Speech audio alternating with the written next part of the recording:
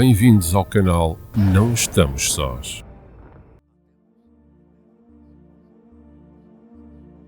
Desde há milhares de anos que a Terra tem sido visitada por civilizações cuja origem está noutros planetas.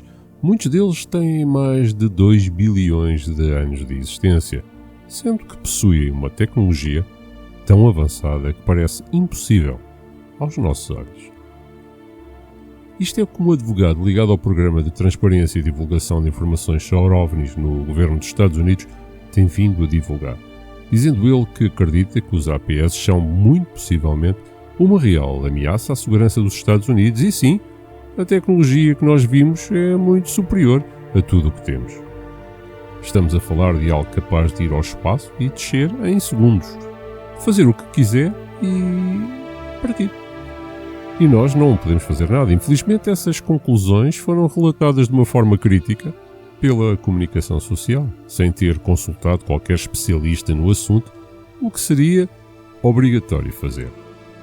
O que impressiona são que essas civilizações aparentemente não vêm apenas das estrelas mais próximas de nós, mas também de diferentes tempos do espaço-tempo, e que por motivo profundo e desconhecido mantêm um constante contacto connosco.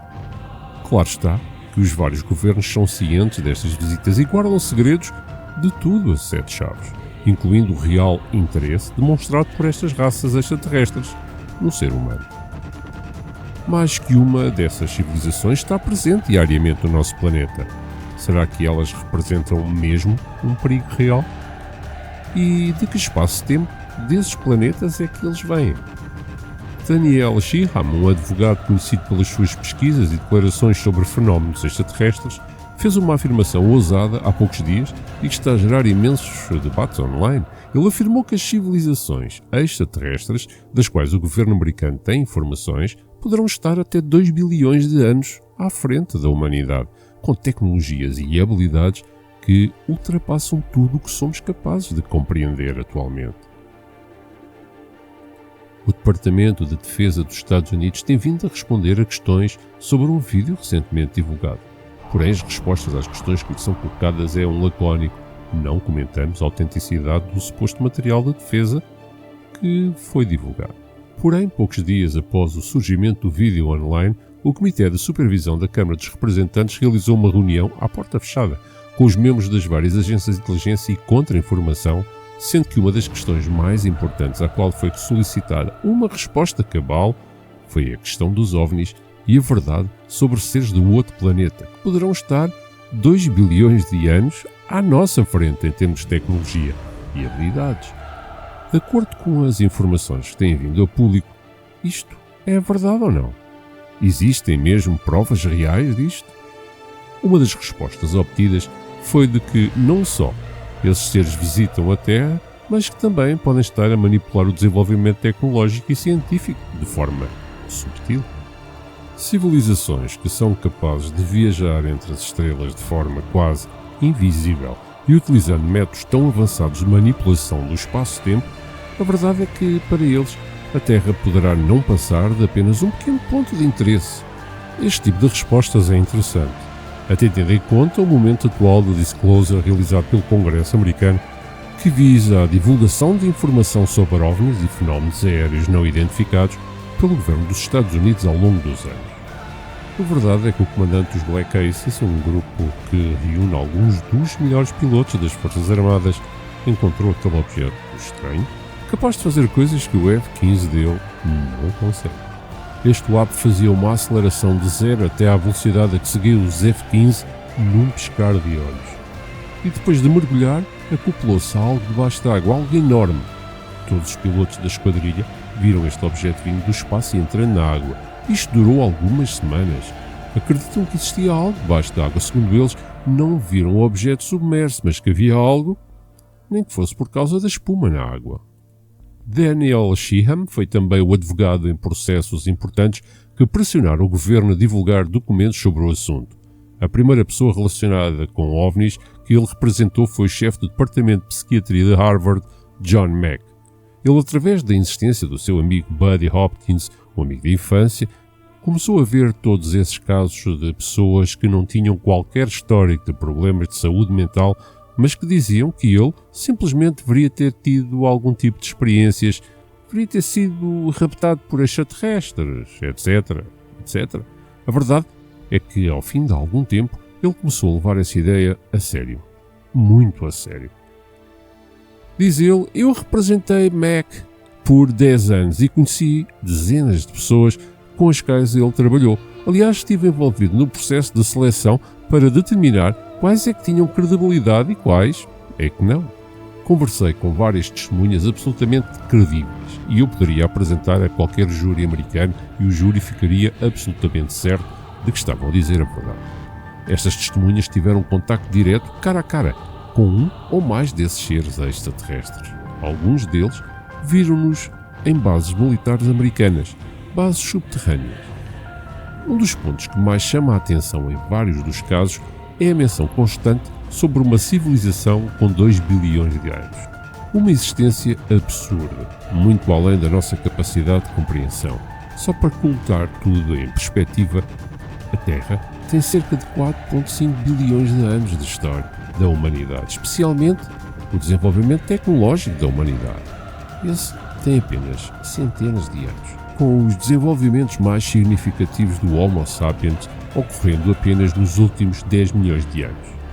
Isso significa que uma civilização com 2 bilhões de anos teria surgido muito antes da nossa e teria tido tempo suficiente para se desenvolver a níveis de tecnologia que hoje, para nós, parecem impensáveis. Considerando esse intervalo de tempo, eles poderiam ter dominado tudo e que, já que consideramos como limite a ciência, uma das coisas mais importantes foi o entendimento da gravidade e isso permitiria a manipulação do espaço-tempo, controles de buracos negros e viagens interestelares extremamente rápidas, utilizando métodos que desafiam a física da forma como a conhecemos. Além disso, em termos biológicos, uma civilização com esse tempo de evolução teria superado em muito as limitações físicas humanas. E isso incluiria o domínio da genética e da biotecnologia e da consciência, e talvez até a habilidade de modificar ou até mesmo alterar as leis biológicas que governam os seres vivos. Para eles, o controle sobre o ambiente e a matéria poderia ser algo tão comum quanto a forma como a tecnologia é usada no nosso cotidiano. Essa civilização, e pensando na forma mais realista, certamente estaria na escala máxima de Kardashev, a escala em que é baseada a velocidade da nossa evolução e que nos dá uma ideia de quando estaríamos evoluídos. A pegada deixada ao longo dos tempos tornaria essas civilizações em algo chamado de civilização Kardashev, nome dado em homenagem a Nikolai Kev, que foi um astrofísico. Quando olhamos para a história das grandes civilizações, uma das coisas que as distingue é a sua capacidade de gerar e consumir energia.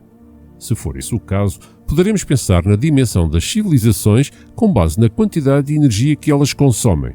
E assim nasceu a escala Kardashev, ou civilização Kardashev. Quem se encontra no nível 1 dessa escala tem o poder de aproveitar a energia do seu próprio planeta, o que é algo extraordinário quando se pensa no que isso envolve. Por exemplo, no nosso planeta seria a energia de vulcões, tornados, furacões, terremotos. A verdade é que a Terra exibe uma demonstração de energia da qual geralmente nós fugimos ou morremos. Se pudéssemos controlar toda essa energia libertada, seria um feito extraordinário.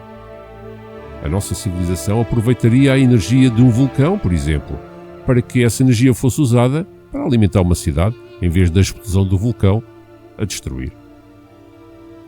Bem, ainda não chegamos a esse ponto, mas seria uma civilização de tipo... Já uma civilização que conseguisse o controle total sobre a energia do Sol seria... Bem, imaginem que se pudesse aproveitar toda a energia.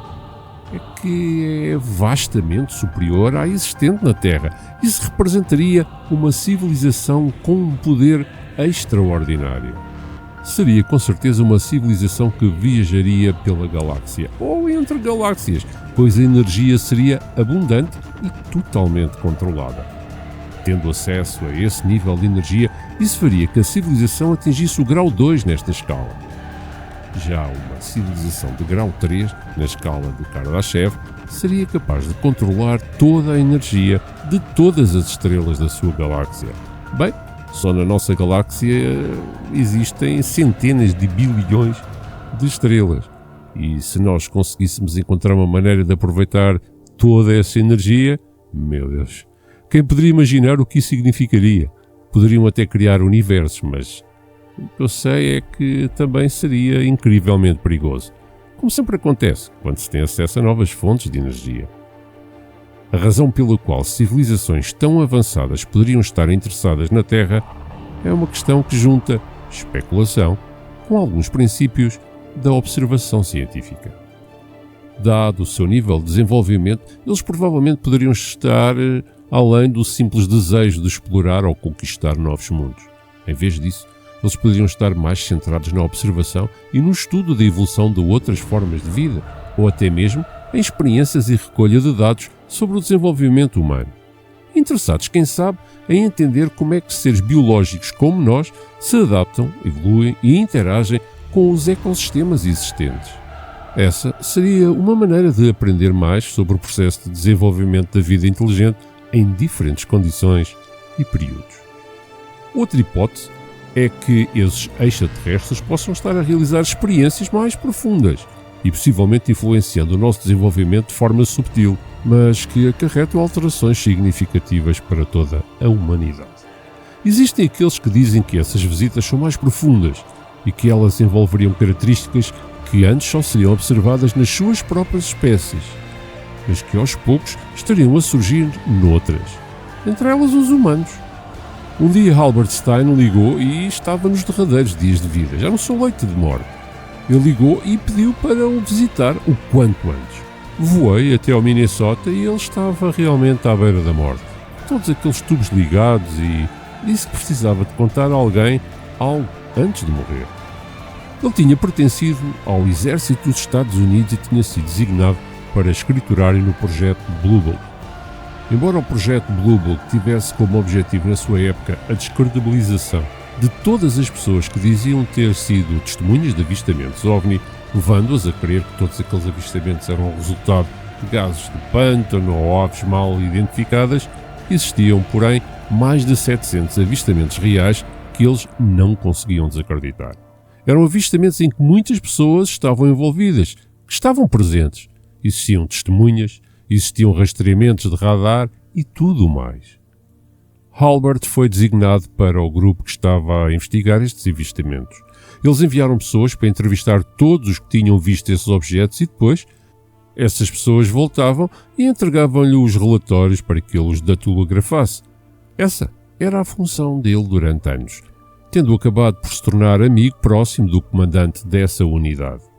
Depois de alguns anos, o comandante, com quem partilhava algumas visões religiosas, chegou ao pé dele e disse-lhe que tinha sido deslocado para a área 51 e que queria que ele o acompanhasse, como escriturário, e continuar a datilografar o que se passava por lá. Seguiram então ambos para a área 51 e foram levados ao S4. Desceram vários andares até chegarem a uma área com uma sala grande equipada com um espelho de 2 vias. De repente, para seu espanto, avistam um extraterrestre com 1,70 m, 1,80 m de altura, vestido de um macacão azul claro. No entanto, ele não conseguiu aproximar-se. Ficou completamente paralisado com a presença daquele extraterrestre. Ele esperava tudo, menos isto. O seu comandante entrou na sala e começou a comunicar-se telepaticamente com este extraterrestre. Enquanto isso, ficou do lado de fora observando as pessoas que trabalhavam naquele local, sendo que algumas mostraram alguns arquivos com registros contendo entrevistas voluntárias com esse ser. E que ele ia respondendo às perguntas que lhe eram feitas. Uma das perguntas era: de onde é que você veio? Ao que o ser respondeu: fazia parte de um grupo de seres de diferentes sistemas estelares da nossa galáxia e que esse grupo tinha a tarefa de visitar planetas onde a vida havia começado e monitorizar o que estava a acontecer. Em seguida fizeram-lhe a pergunta: quem é que comanda tudo isto? Ou algo parecido. E ele respondeu: vocês referem-se a ele como um Deus, mas a verdade é que é muito diferente daquilo que vocês pensam.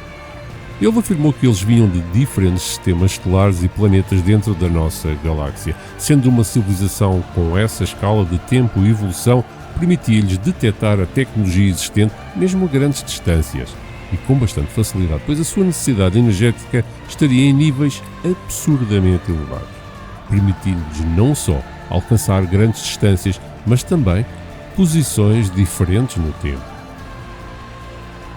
Uma qualquer palestra sobre viagens no tempo deveria sempre começar com a teoria da relatividade, aquela teoria de Albert Einstein, ele que foi capaz de solucionar um problema entre a física clássica da mecânica e o eletromagnetismo, e foi capaz de conseguir resolver e conciliar alguns modelos e partes contraditórias da física ao constatar que a velocidade da luz é constante em todos os referenciais.